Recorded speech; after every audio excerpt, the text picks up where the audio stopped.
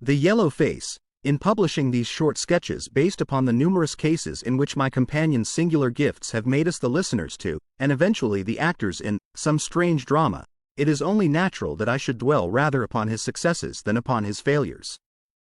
And this not so much for the sake of his reputations, for, indeed, it was when he was at his wits' end that his energy and his versatility were most admirable, but because where he failed it happened too often that no one else succeeded, and that the tale was left forever without a conclusion. Now and again, however, it chanced that even when he erred, the truth was still discovered. I have noted of some half-dozen cases of the kind of which, The Adventure of the Musgrave Ritual, and that which I am about to recount are the two which present the strongest features of interest. Sherlock Holmes was a man who seldom took exercise for exercise's sake. Few men were capable of greater muscular effort, and he was undoubtedly one of the finest boxers of his weight that I have ever seen, but he looked upon aimless bodily exertion as a waste of energy, and he seldom bestirred himself save when there was some professional object to be served. Then he was absolutely untiring and indefatigable.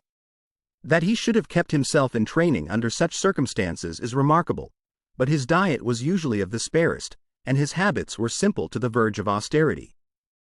Save for the occasional use of cocaine, he had no vices, and he only turned to the drug as a protest against the monotony of existence when cases were scanty and the papers uninteresting.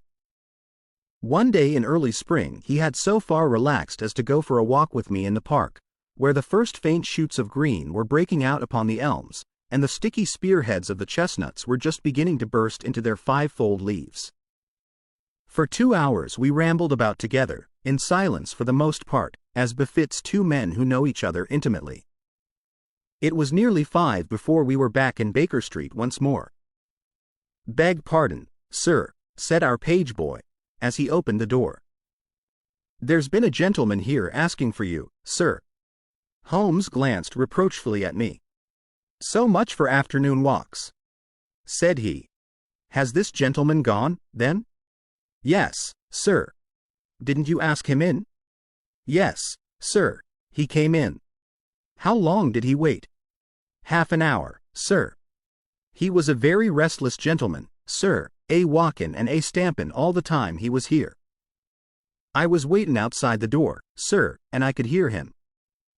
At last he outs into the passage, and he cries, 'Is that man never goin' to come?' Those were his very words, sir. 'You'll only need to wait a little longer,' says I. 'Then I'll wait in the open air, for I feel half choked,' says he. 'I'll be back before long.' And with that he ups and he outs, and all I could say wouldn't hold him back." "Well, well, you did your best," said Holmes, as we walked into our room. "It's very annoying, though, Watson. I was badly in need of a case, and this looks, from the man's impatience, as if it were of importance. Hullo! That's not your pipe on the table. He must have left his behind him. A nice old briar with a good long stem of what the tobacconists call amber. I wonder how many real amber mouthpieces there are in London? Some people think that a fly in it is a sign. Well, he must have been disturbed in his mind to leave a pipe behind him which he evidently values highly." "How do you know that he values it highly?" I asked. "Well, I should put the original cost of the pipe at 7 and 6pence. Now it has, you see, been twice mended, once in the wooden stem and once in the amber. Each of these mends, done, as you observe, with silver bands, must have cost more than the pipe did originally. The man must value the pipe highly when he prefers to patch it up rather than buy a new one with the same money." "Anything else?" I asked, for Holmes was turning the pipe about in his hand, and staring at it in his peculiar pensive way. He held it up and tapped on it with his long, thin forefinger, as a professor might who was lecturing on a bone. "Pipes are occasionally of extraordinary interest," said he. "Nothing has more individuality, save perhaps watches and bootlaces. The indications here, however, are neither very marked nor very important. The owner is obviously a muscular man, left-handed, with an excellent set of teeth, careless in his habits, and with no need to practice economy. My friend threw out the information in a very off-hand way, but I saw that he cocked his eye at me to see if I had followed his reasoning. "You think a man must be well-to-do if he smokes a 7-shilling pipe," said I. "This is Grosvenor mixture at 8 pence an ounce," Holmes answered, knocking a little out on his palm. "As he might get an excellent smoke for half the price, he has no need to practice economy." "And the other points?" "He has been in the habit of lighting his pipe at lamps and gas jets.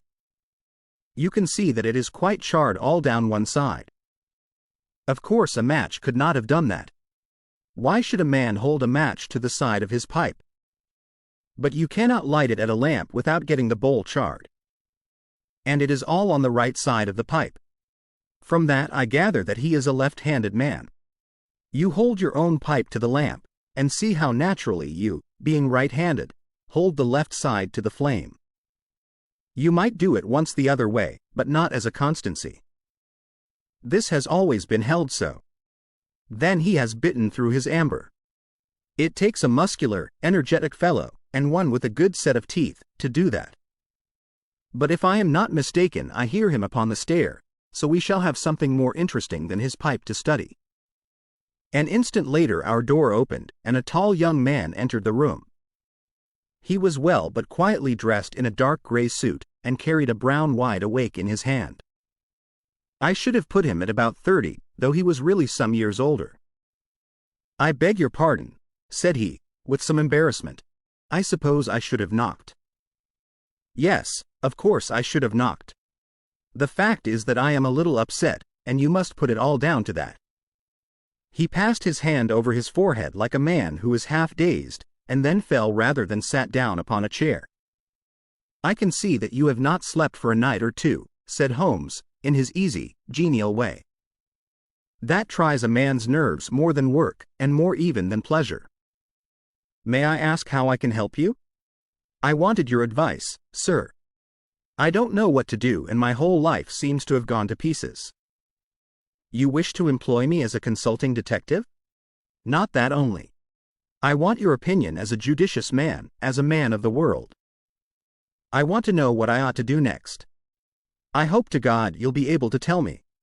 He spoke in little, sharp, jerky outbursts, and it seemed to me that to speak at all was very painful to him, and that his will all through was overriding his inclinations. "It's a very delicate thing," said he. "One does not like to speak of one's domestic affairs to strangers. It seems dreadful to discuss the conduct of one's wife with two men whom I have never seen before. It's horrible to have to do it. But I've got to the end of my tether, and I must have advice." "My dear Mr. Grant Munro," began Holmes. Our visitor sprang from his chair. "What?" he cried. "You know my name?"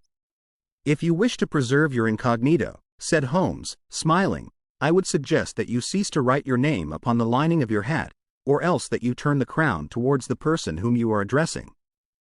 I was about to say that my friend and I have listened to a good many strange secrets in this room, and that we have had the good fortune to bring peace to many troubled souls. I trust that we may do as much for you. Might I beg you, as time may prove to be of importance, to furnish me with the facts of your case without further delay?" Our visitor again passed his hand over his forehead, as if he found it bitterly hard.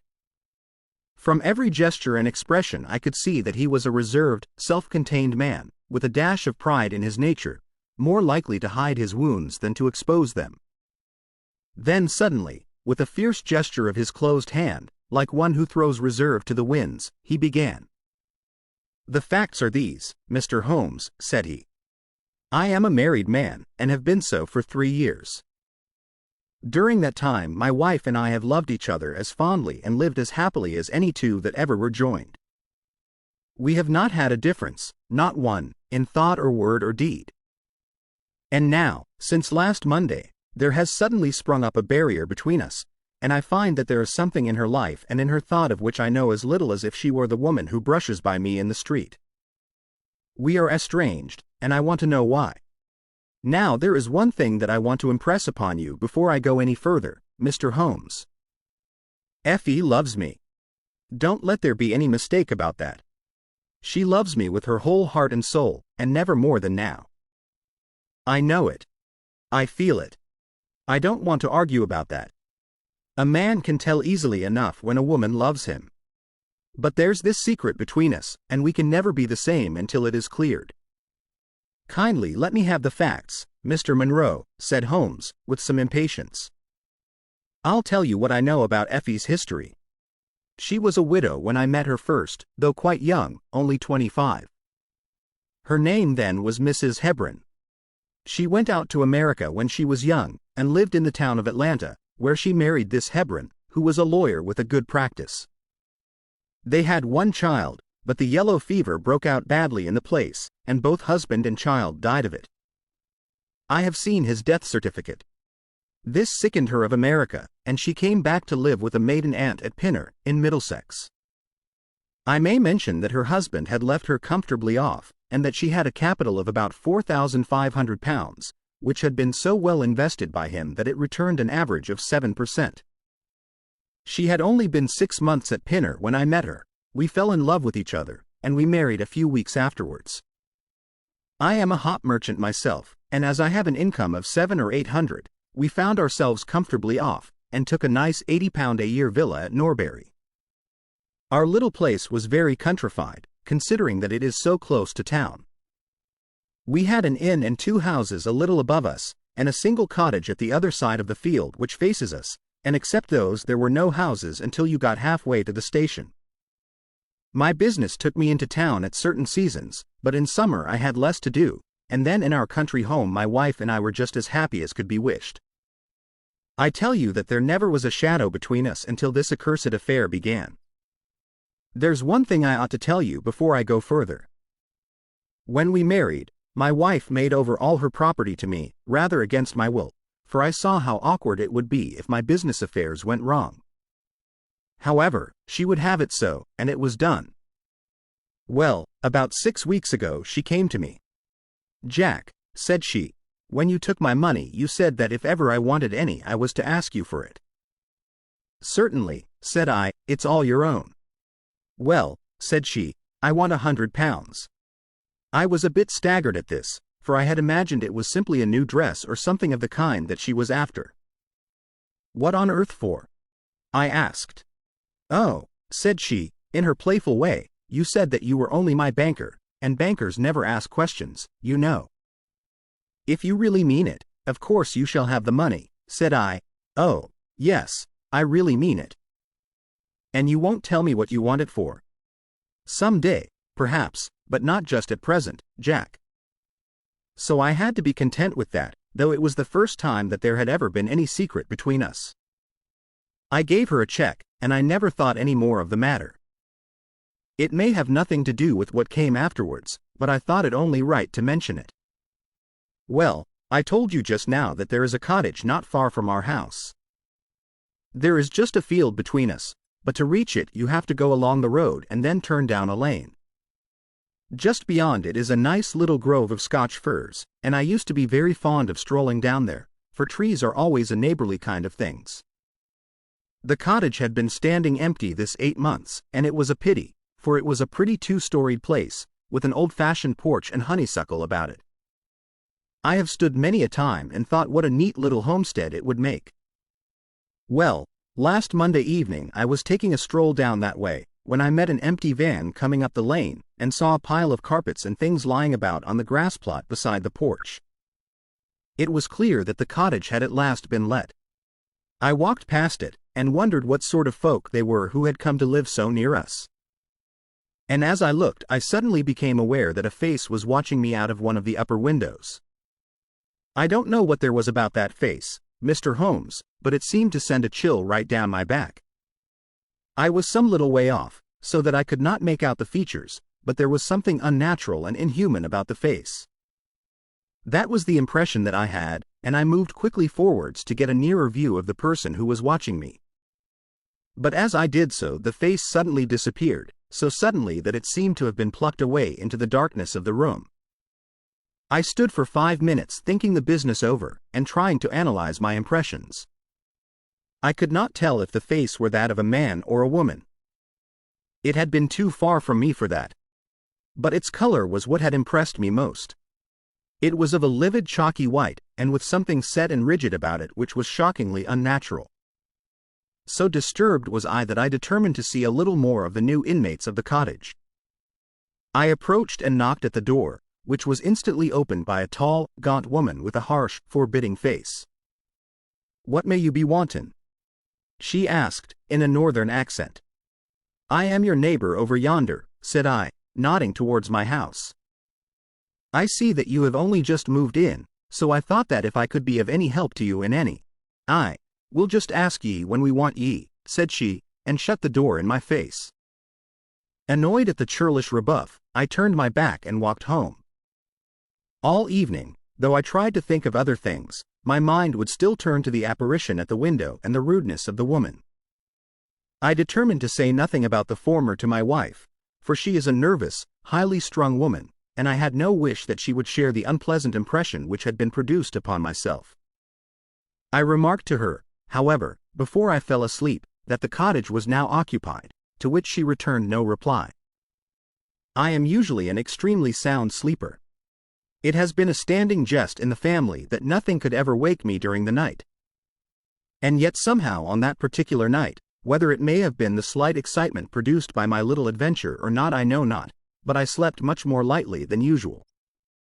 Half in my dreams I was dimly conscious that something was going on in the room, and gradually became aware that my wife had dressed herself and was slipping on her mantle and her bonnet. My lips were parted to murmur out some sleepy words of surprise or remonstrance at this untimely preparation, when suddenly my half-opened eyes fell upon her face, illuminated by the candlelight, and astonishment held me dumb.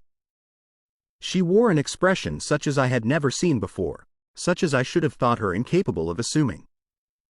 She was deadly pale and breathing fast, glancing furtively towards the bed as she fastened her mantle, to see if she had disturbed me. Then, thinking that I was still asleep, she slipped noiselessly from the room, and an instant later I heard a sharp creaking which could only come from the hinges of the front door. I sat up in bed and rapped my knuckles against the rail to make certain that I was truly awake. Then I took my watch from under the pillow. It was 3 a.m. What on this earth could my wife be doing out on the country road at 3 a.m? I had sat for about 20 minutes turning the thing over in my mind and trying to find some possible explanation. The more I thought, the more extraordinary and inexplicable did it appear.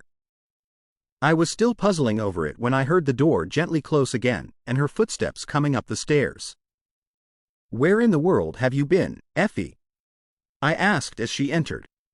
She gave a violent start and a kind of gasping cry when I spoke, and that cry and start troubled me more than all the rest, for there was something indescribably guilty about them. My wife had always been a woman of a frank, open nature, and it gave me a chill to see her slinking into her own room, and crying out and wincing when her own husband spoke to her. "You awake, Jack?" she cried, with a nervous laugh. "Why, I thought that nothing could awake you. Where have you been?" I asked, more sternly. "I don't wonder that you are surprised," said she, and I could see that her fingers were trembling as she undid the fastenings of her mantle. "Why, I never remember having done such a thing in my life before. The fact is that I felt as though I were choking, and had a perfect longing for a breath of fresh air. I really think that I should have fainted if I had not gone out. I stood at the door for a few minutes, and now I am quite myself again." All the time that she was telling me this story she never once looked in my direction, and her voice was quite unlike her usual tones. It was evident to me that she was saying what was false. I said nothing in reply, but turned my face to the wall, sick at heart, with my mind filled with 1,000 venomous doubts and suspicions. What was it that my wife was concealing from me? Where had she been during that strange expedition? I felt that I should have no peace until I knew, and yet I shrank from asking her again after once she had told me what was false. All the rest of the night I tossed and tumbled, framing theory after theory, each more unlikely than the last. I should have gone to the city that day, but I was too disturbed in my mind to be able to pay attention to business matters. My wife seemed to be as upset as myself, and I could see from the little questioning glances which she kept shooting at me that she understood that I disbelieved her statement, and that she was at her wits' end what to do. We hardly exchanged a word during breakfast, and immediately afterwards I went out for a walk, that I might think the matter out in the fresh morning air. I went as far as the Crystal Palace, spent an hour in the grounds, and was back in Norbury by 1 o'clock. It happened that my way took me past the cottage, and I stopped for an instant to look at the windows, and to see if I could catch a glimpse of the strange face which had looked out at me on the day before. As I stood there, imagine my surprise, Mr. Holmes, when the door suddenly opened and my wife walked out. I was struck dumb with astonishment at the sight of her, but my emotions were nothing to those which showed themselves upon her face when our eyes met. She seemed for an instant to wish to shrink back inside the house again, and then, seeing how useless all concealment must be, she came forward, with a very white face and frightened eyes which belied the smile upon her lips. "Ah, Jack," she said, "I have just been in to see if I can be of any assistance to our new neighbors." "Why do you look at me like that, Jack? You are not angry with me?" "So," said I, "this is where you went during the night." "What do you mean?" she cried. "You came here." "I am sure of it." "Who are these people, that you should visit them at such an hour?" "I have not been here before." "How can you tell me what you know is false?" I cried. "Your very voice changes as you speak. When have I ever had a secret from you? I shall enter that cottage, and I shall probe the matter to the bottom." "No, no, Jack, for God's sake," she gasped, in uncontrollable emotion. Then, as I approached the door, she seized my sleeve and pulled me back with convulsive strength. "I implore you not to do this, Jack," she cried. "I swear that I will tell you everything some day, but nothing but misery can come of it if you enter that cottage." Then, as I tried to shake her off, she clung to me in a frenzy of entreaty. "Trust me, Jack," she cried. "Trust me only this once. You will never have cause to regret it. You know that I would not have a secret from you if it were not for your own sake. Our whole lives are at stake in this. If you come home with me, all will be well. If you force your way into that cottage, all is over between us." There was such earnestness, such despair, in her manner that her words arrested me, and I stood irresolute before the door. "I will trust you on one condition, and on one condition only," said I at last. "It is that this mystery comes to an end from now. You are at liberty to preserve your secret, but you must promise me that there shall be no more nightly visits, no more doings which are kept from my knowledge. I am willing to forget those which are past if you will promise that there shall be no more in the future."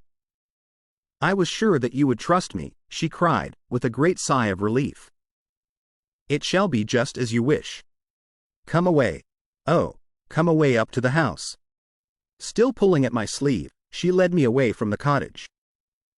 As we went, I glanced back, and there was that yellow livid face watching us out of the upper window. What link could there be between that creature and my wife?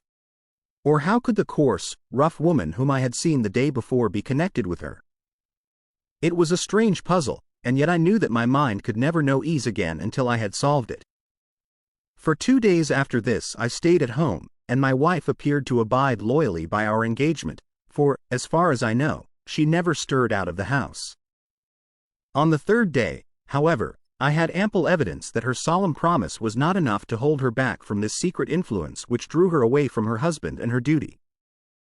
I had gone into town on that day, but I returned by the 2.40 instead of the 3.36, which is my usual train. As I entered the house, the maid ran into the hall with a startled face. "Where is your mistress?" I asked. "I think that she has gone out for a walk," she answered. My mind was instantly filled with suspicion. I rushed upstairs to make sure that she was not in the house. As I did so, I happened to glance out of one of the upper windows, and saw the maid with whom I had just been speaking running across the field in the direction of the cottage. Then of course I saw exactly what it all meant. My wife had gone over there, and had asked the servant to call her if I should return. Tingling with anger, I rushed down and hurried across, determined to end the matter once and forever. I saw my wife and the maid hurrying back along the lane, but I did not stop to speak with them. In the cottage lay the secret which was casting a shadow over my life. I vowed that, come what might, it should be a secret no longer. I did not even knock when I reached it, but turned the handle and rushed into the passage. It was all still and quiet upon the ground floor. In the kitchen a kettle was singing on the fire, and a large black cat lay coiled up in the basket, but there was no sign of the woman whom I had seen before. I ran into the other room, but it was equally deserted. Then I rushed up the stairs, only to find 2 other rooms empty and deserted at the top. There was no one at all in the whole house. The furniture and pictures were of the most common and vulgar description, save in the one chamber at the window of which I had seen the strange face.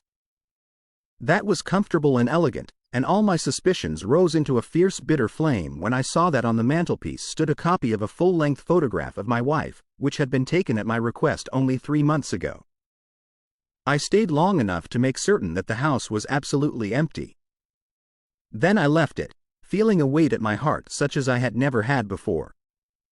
My wife came out into the hall as I entered my house, but I was too hurt and angry to speak with her, and pushing past her, I made my way into my study. She followed me, however, before I could close the door. "I am sorry that I broke my promise, Jack," said she. "But if you knew all the circumstances I am sure that you would forgive me."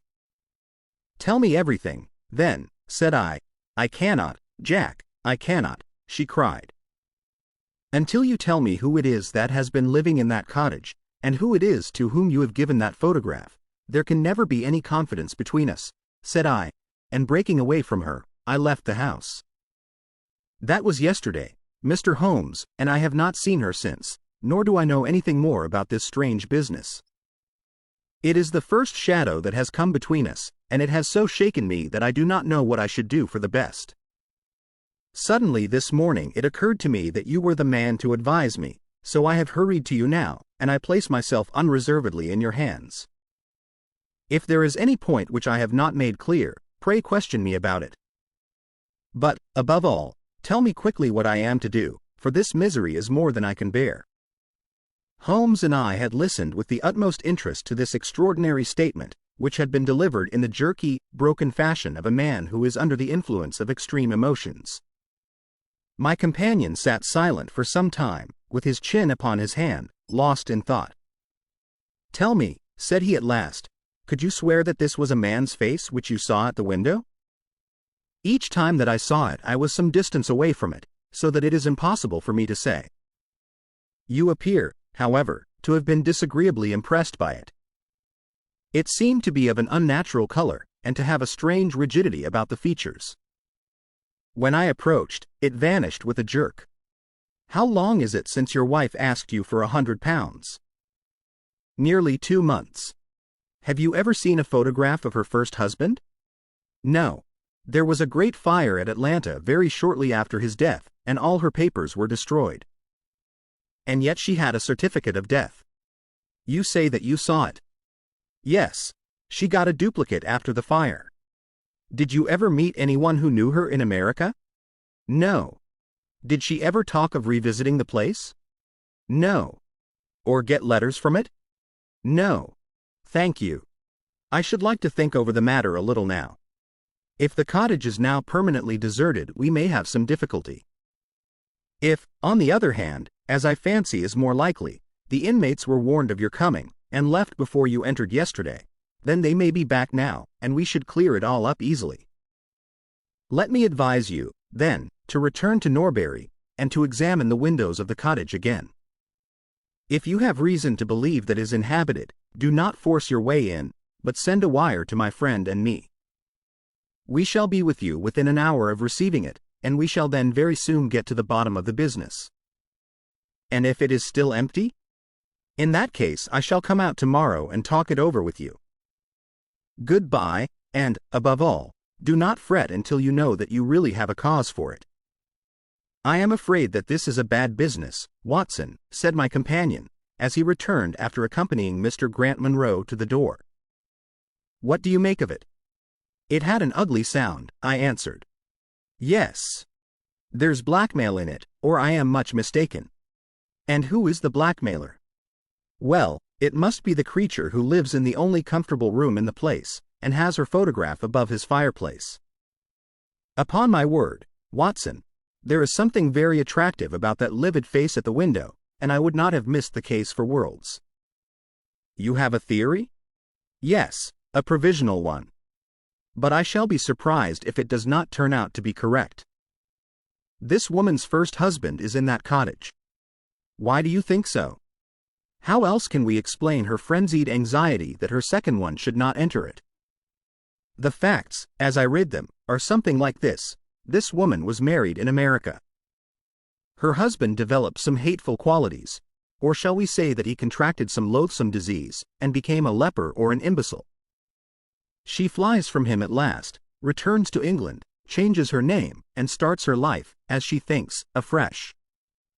She has been married 3 years, and believes that her position is quite secure, having shown her husband the death certificate of some man whose name she has assumed, when suddenly her whereabouts is discovered by her first husband, or, we may suppose, by some unscrupulous woman who has attached herself to the invalid. They write to the wife, and threaten to come and expose her. She asks for £100, and endeavors to buy them off. They come in spite of it, and when the husband mentions casually to the wife that there are newcomers in the cottage, she knows in some way that they are her pursuers. She waits until her husband is asleep, and then she rushes down to endeavor to persuade them to leave her in peace. Having no success, she goes again next morning, and her husband meets her, as he has told us, as she comes out. She promises him then not to go there again, but 2 days afterwards the hope of getting rid of those dreadful neighbors was too strong for her, and she made another attempt, taking down with her the photograph which had probably been demanded from her. In the midst of this interview the maid rushed in to say that the master had come home, on which the wife, knowing that he would come straight down to the cottage, hurried the inmates out at the back door, into the grove of fir trees, probably, which was mentioned as standing near. In this way he found the place deserted. I shall be very much surprised, however, if it's still so when he reconnoiters it this evening. What do you think of my theory? It is all surmise. But at least it covers all the facts. When new facts come to our knowledge which cannot be covered by it, it will be time enough to reconsider it. We can do nothing more until we have a message from our friend at Norbury. But we had not a very long time to wait for that. It came just as we had finished our tea. "The cottage is still tenanted," it said. "Have seen the face again at the window. Will meet the 7 o'clock train, and will take no steps until you arrive." He was waiting on the platform when we stepped out, and we could see in the light of the station lamps that he was very pale, and quivering with agitation. "They are still there, Mr. Holmes," said he, laying his hand hard upon my friend's sleeve. "I saw lights in the cottage as I came down. We shall settle it now once and for all." "What is your plan, then?" asked Holmes, as he walked down the dark tree-lined road. "I am going to force my way in and see for myself who is in the house. I wish you both to be there as witnesses. You are quite determined to do this, in spite of your wife's warning that it is better that you should not solve the mystery." "Yes, I am determined." "Well, I think that you are in the right. Any truth is better than indefinite doubt. We had better go up at once. Of course, legally, we are putting ourselves hopelessly in the wrong, but I think that it is worth it." It was a very dark night, and a thin rain began to fall as we turned from the high road into a narrow lane, deeply rutted, with hedges on either side. Mr. Grant Munro pushed impatiently forward, however, and we stumbled after him as best we could. "There are the lights of my house," he murmured, pointing to a glimmer among the trees. "And here is the cottage which I am going to enter." We turned a corner in the lane as he spoke, and there was the building close beside us. A yellow bar falling across the black foreground showed that the door was not quite closed, and one window in the upper story was brightly illuminated. As we looked, we saw a dark blur moving across the blind. "There is that creature!" cried Grant Munro. "You can see for yourselves that someone is there. Now follow me, and we shall soon know all." We approached the door, but suddenly a woman appeared out of the shadow and stood in the golden track of the lamplight. I could not see her face in the darkness, but her arms were thrown out in an attitude of entreaty. "For God's sake, don't, Jack!" she cried. I had a presentiment that you would come this evening. Think better of it, dear. Trust me again, and you will never have cause to regret it. I have trusted you too long, Effie, he cried, sternly. Leave go of me. I must pass you. My friends and I are going to settle this matter once and forever. He pushed her to one side, and we followed closely after him. As he threw the door open, an old woman ran out in front of him and tried to bar his passage, but he thrust her back, and an instant afterwards we were all upon the stairs. Grant Munro rushed into the lighted room at the top, and we entered at his heels. It was a cozy, well-furnished apartment, with 2 candles burning upon the table and 2 upon the mantelpiece. In the corner, stooping over a desk, there sat what appeared to be a little girl. Her face was turned away as we entered, but we could see that she was dressed in a red frock, and that she had long white gloves on. As she whisked round to us, I gave a cry of surprise and horror. The face which she turned towards us was of the strangest livid tint, and the features were absolutely devoid of any expression. An instant later the mystery was explained. Holmes, with a laugh, passed his hand behind the child's ear, a mask peeled off from her countenance, and there was a little coal-black negress, with all her white teeth flashing in amusement at our amazed faces. I burst out laughing, out of sympathy with her merriment, but Grant Munro stood staring, with his hand clutching his throat. My God! He cried. What can be the meaning of this? I will tell you the meaning of it, cried the lady, sweeping into the room with a proud, set face. You have forced me, against my own judgment, to tell you, and now we must both make the best of it. My husband died at Atlanta. My child survived. Your child? She drew a large silver locket from her bosom. You have never seen this open. I understood that it did not open. She touched a spring, and the front hinged back. There was a portrait within of a man strikingly handsome and intelligent-looking, but bearing unmistakable signs upon his features of his African descent. That is John Hebron, of Atlanta, said the lady, and a nobler man never walked the earth. I cut myself off from my race in order to wed him, but never once while he lived did I for an instant regret it. It was our misfortune that our only child took after his people rather than mine. It is often so in such matches, and little Lucy is darker far than ever her father was. But dark or fair, she is my own dear little girlie, and her mother's pet. The little creature ran across at the words and nestled up against the lady's dress.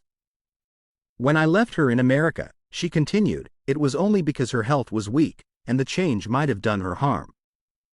She was given to the care of a faithful Scotch woman who had once been our servant.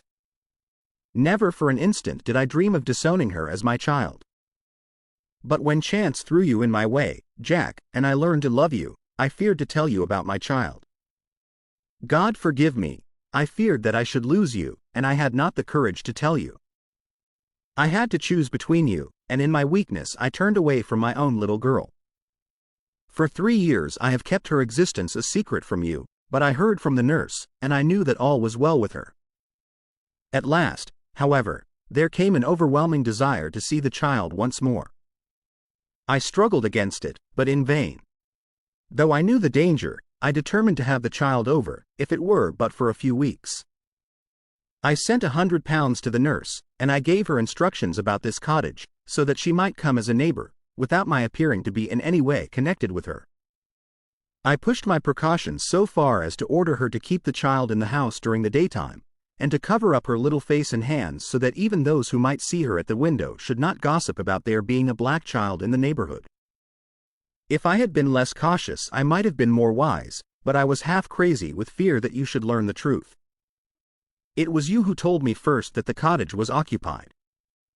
I should have waited for the morning, but I could not sleep for excitement, and so at last I slipped out, knowing how difficult it is to awake you. But you saw me go, and that was the beginning of my troubles. Next day you had my secret at your mercy, but you nobly refrained from pursuing your advantage. 3 days later, however, the nurse and child only just escaped from the back door as you rushed in at the front one. And now tonight you at last know all, and I ask you what is to become of us, my child and me? She clasped her hands and waited for an answer. It was a long 10 minutes before Grant Munro broke the silence, and when his answer came, it was one of which I love to think. He lifted the little child, kissed her, and then, still carrying her, he held his other hand out to his wife and turned towards the door. "We can talk it over more comfortably at home," said he. "I am not a very good man, Effie, but I think that I am a better one than you have given me credit for being." Holmes and I followed them down the lane, and my friend plucked at my sleeve as we came out. "I think," said he, "that we shall be of more use in London than in Norbury." Not another word did he say of the case until late that night, when he was turning away, with his lighted candle, for his bedroom. "Watson," said he, "if it should ever strike you that I am getting a little overconfident in my powers, or giving less pains to a case than it deserves, kindly whisper 'Norbury' in my ear, and I shall be infinitely obliged to you."